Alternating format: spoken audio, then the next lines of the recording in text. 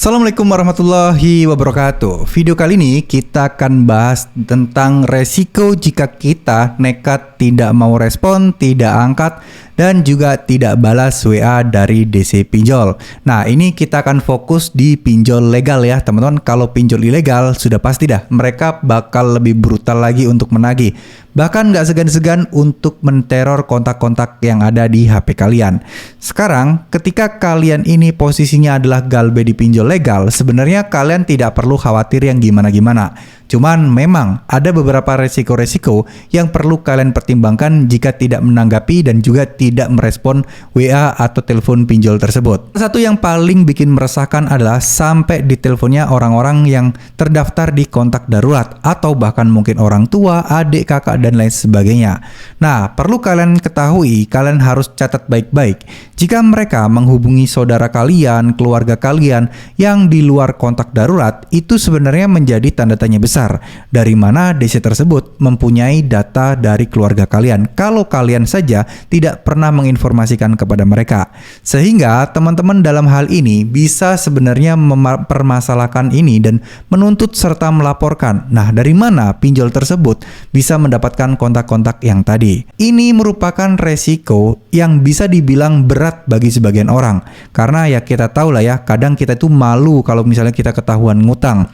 Kadang kita itu juga nggak mau orang tua kita itu tiba-tiba panik, stres karena hutang-hutang kita. Jadi pastikan orang tua khawatir dan lain sebagainya. Sehingga mungkin banyak juga di kolom komentar itu saya baca dari keluhan teman-teman takut orang tuanya didatangi, nanti orang tuanya stres karena orang tuanya sedang sakit-sakitan. Dan ada kalanya ketika kalian tidak merespon chat itu mereka bisa nekat ke sana. Tapi kalau misalnya kalian terus merespon, maka ujung-ujungnya kalian sendiri yang akan rugi karena kalian dianggap kooperatif dan terus-menerus kalian ini akan diganggu dengan harapan biar kalian bisa segera membayar hutang kalian. Nah, idealnya bagaimana? Idealnya adalah kalian aja respon pertama kali, sekali aja. Kalau dia terus-menerus baru kalian nggak usah respon. Artinya ketika kalian memang terganggu, kalian langsung aja balas ya. Mohon maaf untuk saat ini saya lagi mengusahakan dan mencari uang untuk membayar tagihan tersebut. Jadi untuk saat ini masih belum bisa bayar tapi masih diusahakan. Mohon untuk ditunggu. Nah, udah setelah itu kelar. Kalau memang DC ini terus-terus menagih dengan orang yang berganti-ganti, ya udah abaikan saja.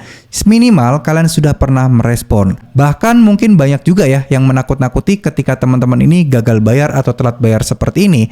Teman-teman juga akan diancam. Kalau tidak merespon, maka akan dianggap membawa kabur, lari dari tanggung jawab, dan penggelapan. Nah, itu adalah serangkaian semua resiko-resiko yang akan ditujukan kepada kalian. Tapi ada yang fakta dan juga nggak sedikit yang hoax ya. Contoh kayak itu tadi, akan dipidana akan dianggap kabur deh, itu udah 100% hoax. Karena ya hak kita mau menjawab atau membalas.